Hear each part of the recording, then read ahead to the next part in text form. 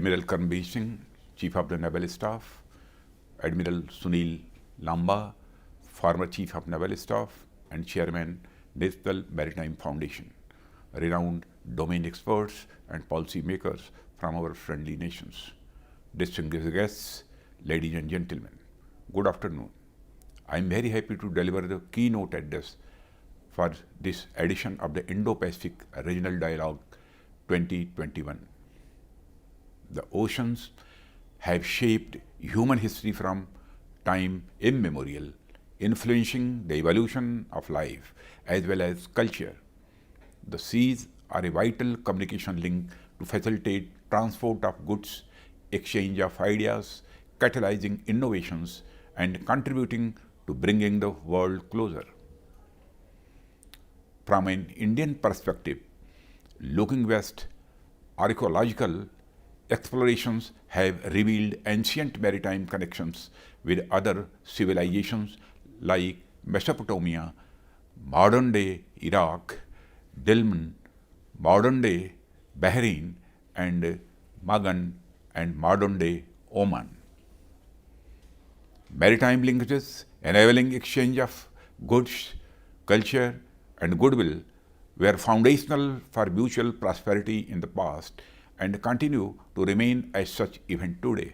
Looking east, maritime linkages also played a vital role in taking Buddhism across the region, from Sri Lanka, Southeast Asian countries, and all the way till Korea. The amalgamation of ancient Indian folklore such as Ramayana and Mahabharata in Southeast Asian cultures is also a result of these maritime linkages. In fact, the region was so interlinked that according to a folklore, an Indian princess of Ayodhya married a Korean prince way back in the year 48 AD. I am made to understand that even today, some families in Korea can trace their ancestry to this Korean-Indian couple. The littoral states of the Indo-Pacific are full of such interconnects, and all of us are maritime neighbors whose relations are rooted in civilizational contexts developed through the seas.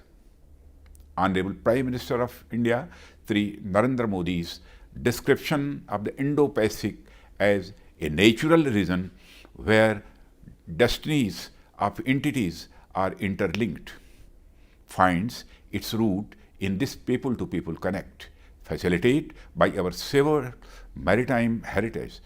Knowledge of this common history driven by the oceans is essential towards understanding where the region stands today and the trajectory for the future. Even in contemporary times, although the Indo-Pacific is characterized by the diversity and marked by multiplicity of cultures, ethnicities, economic models, governance systems, and varied aspirations, the oceans remain a common binding link.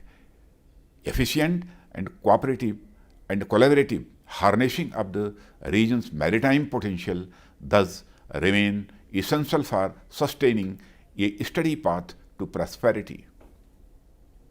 Friends, while the seas offer abundant opportunities for sustenance and growth of mankind, it has its own set of challenges.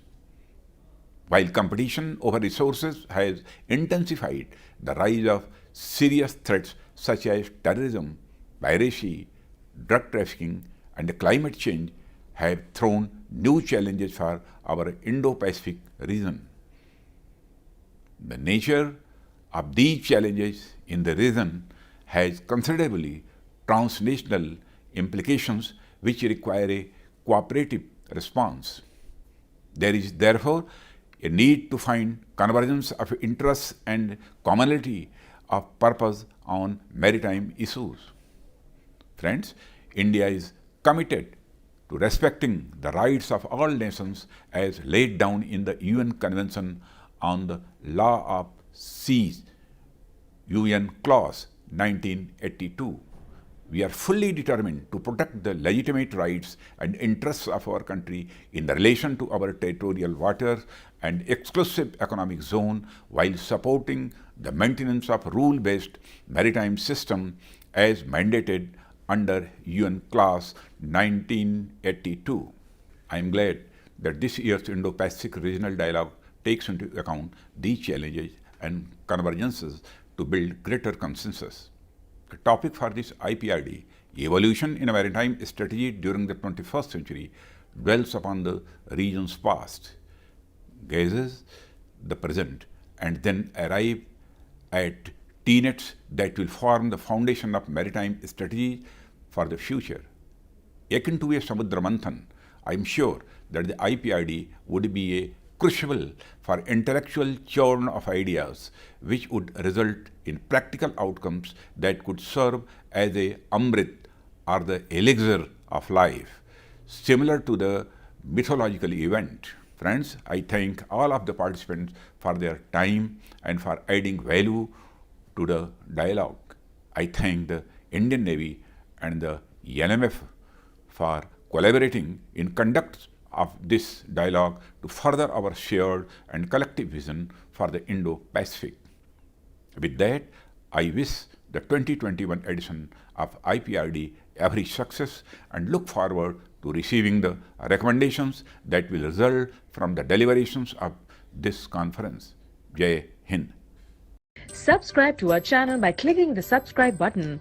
Click the bell button and enjoy the latest uploads from our channel.